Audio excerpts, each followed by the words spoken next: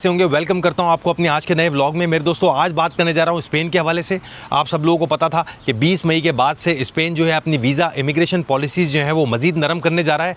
कोई 8-10 पॉइंट मैं आप लोगों से शेयर करना चाहता हूं जो स्पेन ने अपनी इमिग्रेशन पॉलिसीज़ में नरमी की है उस हवाले से। और अब लगता यही है वो तमाम मेरे प्यारे बहन भाई जो कि यूरोप में कहीं ना कहीं किसी कंट्री में इलीगल बैठे हैं। पहले तो ये होता था कि पुर्तगाल जो है वो उनका सहारा बना हुआ था तमाम इलीगलों का। किसी भी कंट्री में, किसी भी शेंजन कंट्री में जो भी शख्स इलीगल होता था वो पुर्तगाल में आके अपनी आर्टिकल 88-89 में फ़ाइल लॉक कराता था।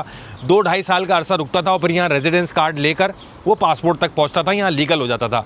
अब यही काम मेरे दोस्तों अगर पुर्तगाल ने बंद किया है ख़ासतौर पर इलीगल वालों के लिए, तो स्पेन ने इसको शुरू कर दिया है।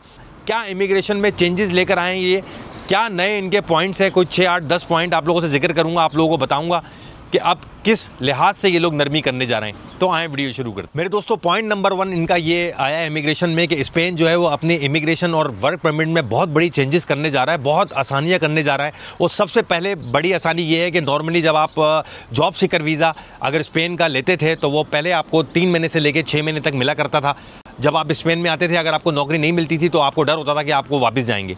अब सबसे बड़ी आसानी इन्होंने ये कर दी है कि अब आपको आपके होम कंट्री से ही स्पेन जो है वो वीज़ों में भी आसानी करेगा और पहले ही आपको वीज़ा 1 साल का देगा जिसमें आप स्पेन आके अपनी नौकरी तलाश करेंगे।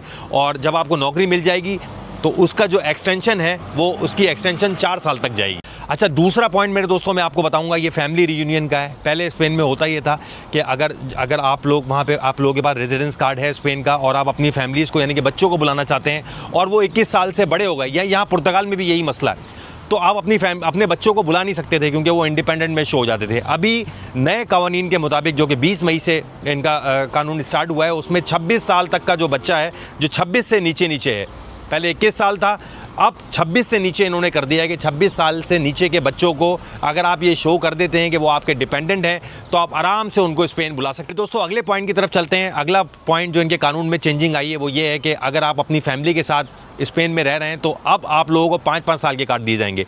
मिसाल के तौर पर अगर आप अपने फादर के साथ स्पेन में रह रहे हैं और आपका कार्ड ख़त्म होने वाला है, जो अगली एक्सटेंशन आप ले सकेंगे, और अगर आपकी उम्र 26 साल से नीचे है तो आपको 5-5 साल के कार्ड मिलेंगे। अगर मिसाल के तौर पे आपके वालिदैन आपके साथ हैं और उनका भी एक्सटेंशन का टाइम आ गया है तो अब आप 5-5 साल का कार्ड अपनी फैमिली, अपने बच्चों के लिए, अपने पेरेंट्स के लिए 5-5 साल का कार्ड अप्लाई कर सकते हैं, विच इज़ वेरी गुड। अगला पॉइंट जो इन्होंने मेरे दोस्तों चेंज किया है वो स्टूडेंट का है। अब स्टूडेंट वीज़े जो आपको जारी किए जाएंगे वो लॉन्ग टर्म स्टडी वीज़ा के नाम से जाने जाएंगे और उसमें जो है वो बताया जा रहा है तकरीबन 30 घंटे आप हफ्ते में काम कर सकेंगे और इसके साथ साथ आप ये समझ लें 50% आप ऑनलाइन भी काम कर सकेंगे इसमें बगैर किसी परेशानी के। अपनी स्टडी ख़त्म करने के बाद मेरे दोस्तों फुल टाइम वर्क परमिट भी आप अप्लाई कर सकते हैं, वहाँ पे रह सकते हैं, वहाँ काम कर सकते हैं, वहाँ जॉब कर सकते हैं। मेरे दोस्तों, अगली बहुत बड़ी चेंजेस इन्होंने अपने आरिगोस में की हैं। वो क्या हैं? वो 5 इन्होंने रास्ते बताए हैं उन तमाम लोगों के लिए जो लोग गैर कानूनी तौर पर यूरोप के मुख्तलिफ कंट्रियों में रह रहे हैं।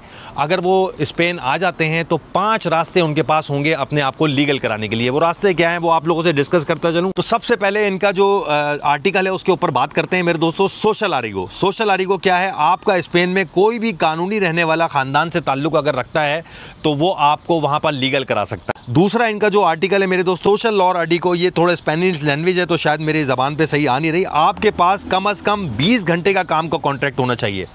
पहले तो मेरे दोस्तों ये था स्पेन में कि आपके पास फुल टाइम काम कॉन्ट्रैक्ट होना चाहिए था, लेकिन अब इन्होंने उसकी शर्त जो है वो 20 घंटे रख दी है। अगर आप स्पेन की इमिग्रेशन लेना चाहते हैं तो 20 घंटे का कॉन्ट्रैक्ट आपके पास होना चाहिए। तीसरे अगर मेरे दोस्तों मैं इनके आर्टिकल के बारे में बात करूं तो सोशल फार्मातियों आर्टिको, आपने कोई भी पोस्ट सेकेंडरी तालीम या किसी भी किस्म की तरबियत ली हो तो इसमें आपको आसानी होगी, आपको लीगल आपको फ़ौरन कर दिया जाएगा। बात करने जा रहा हूँ मेरे दोस्तों फैमिली आरिगो की। ये बहुत ज़्यादा ख़ास होने वाला है, स्पेशली अभी ये नज़र ज़्यादा इसलिए आएगा क्योंकि अगर पुर्तगाल ने अपना नेशनलिटी का टाइम 10 साल कर दिया तो चूँकि यहाँ नौकरी के मौके भी बड़े महदूद हैं, तो मैं डैम श्योर हूँ कि बहुत बड़ी तादाद में जिन लोगों के बेबी यहाँ हुए हैं और बेबीज़ के पास पासपोर्ट है पुर्तगीज़, वो ज़्यादातर लोग स्पेन शिफ्ट होंगे। उसकी वजह क्या है मेरे दोस्तों? ये स्पेन ने ये बड़ी अच्छी एक फैमिली आरिगो निकाली है। इसमें यह है कि अगर बड़ा क्लियरली इन्होंने कहा है, बड़ा क्लियरली कहा है कि अगर आपका फैमिली मेम्बर या तो आपका बच्चा या आपका फैमिली मेम्बर्स में से कोई भी एक शख्स यूरोपियन नेशनल है तो उसकी देख रेख के लिए एज एन डिपेंडेंट उसका लुक आफ्टर करने के लिए स्पेन आपको कागज़ देगा। सेकंड चांस आरिगो के नाम से ये इनका आर्टिकल है। अगर आपके पास किसी भी यूरोपियन कंट्री का शेंजन कार्ड है और वो अब एक्सपायर हो गया, वो एक्सटेंड नहीं हो रहा, तो स्पेन में जाके आप उसको एक्सटेंड करा सकते हो, आपको मौका दिया जा रहा है वो कार्ड एक्सटेंड कराने का। अच्छा, इन सारे आर्टिकल को मद्देनज़र रखते हुए एक चीज़ मैं आप लोगों को बता दूं कि स्पेन में आपको 2 साल रहना पड़ेगा किसी भी सूरत में। अगर आप ये देखें कि पुर्तगाल में भी पहले यही होता था कि जो लोग भी इल्लीगल आते थे इस कंट्री में, पुर्तगाल में, तो वो 2 साल से तकरीबन 2.5 साल 3 साल भी मामला चला गया था। जब से सैफ में काफ़ी बर्डन आया था मैनिफेस्टो ऑफ इंटरेस्ट में, तो यहाँ पर भी 3 साल लोगों को 3-3 साल बाद कार्ड मिले। मगर अब मेरे दोस्तों स्पेन जो है, अगर कंपेयर करेंगे पुर्तगाल से, तो मैं सोचता हूँ स्पेन बहुत ज़्यादा एक बड़ी अपॉर्चुनिटी है। उसकी वजह यह है कि वहाँ पे इतना जॉब क्राइसिस नहीं है, बड़ा शहर है, बड़ा कंट्री है, और वहाँ पे जॉब मौके भी बेहतर हैं। तो मुझे लगता है अब ज़्यादातर जो हमारे इल्लीगल इमिग्रेंट्स हैं, जो पुर्तगाल का रास्ता बंद होने के बाद से जो है वो बहुत ज़्यादा परेशान थे, तो स्पेन ने उनके लिए रास्ता खोल दिया। ये बड़ी अच्छी और एक ज़बरदस्त न्यूज़। तो ये यूरोपियन यूनियन को साथ लेके इसने ये एक एग्रीमेंट किया है कि स्पेन जो है वो हर साल 3 लाख लोगों को, जो कि इल्लीगल लोग हैं, उनको लीगल करेगा। तो ये मेरे दोस्तों एक बड़ा अच्छा एक स्टेप है स्पेन का।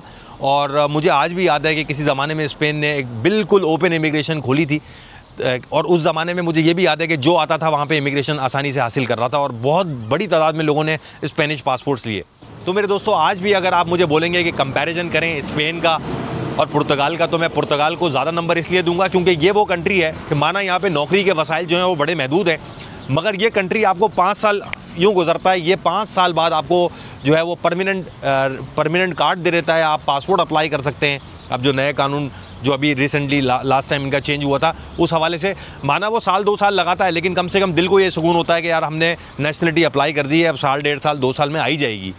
अगर इसके बनिस्बत आप स्पेन को देख लें, तो मैं ये चीज़ भी एक्सेप्ट करूँगा कि स्पेन एक बड़ा खूबसूरत कंट्री है। वहाँ पे रहते हुए, वहाँ पे चलते हुए, उनकी सड़कों पे चलते हुए रियल यूरोप की फीलिंग आती है, ये मैं एक्सेप्ट करूँगा। लेकिन वहाँ का एक नेगेटिव पॉइंट ये है कि वो आपका पासपोर्ट जो है वो 13-13 साल खा जाता है स्पेन में। एक बस नेगेटिव पॉइंट ये है। अब अगर मेरी दुआ है कि अगर आप ये स्पेन जो है वो अपने नेशनलिटी का टाइम भी मेरे दोस्तों कम कर दे, तो बहुत बड़ी तादाद में मुझे लगता है पुर्तगाल से भी लोग उठ के जो है वो स्पेन की तरफ चले जाएंगे, क्योंकि एक उनको ऑल इन वन पैकेज मिल जाएगा। बस मेरे दोस्तों यही छोटी सी इन्फॉर्मेशन आप लोगों को देने आया था। इंशाल्लाह अगली वीडियो में आपसे मुलाकात होगी। अल्लाह हाफिज़।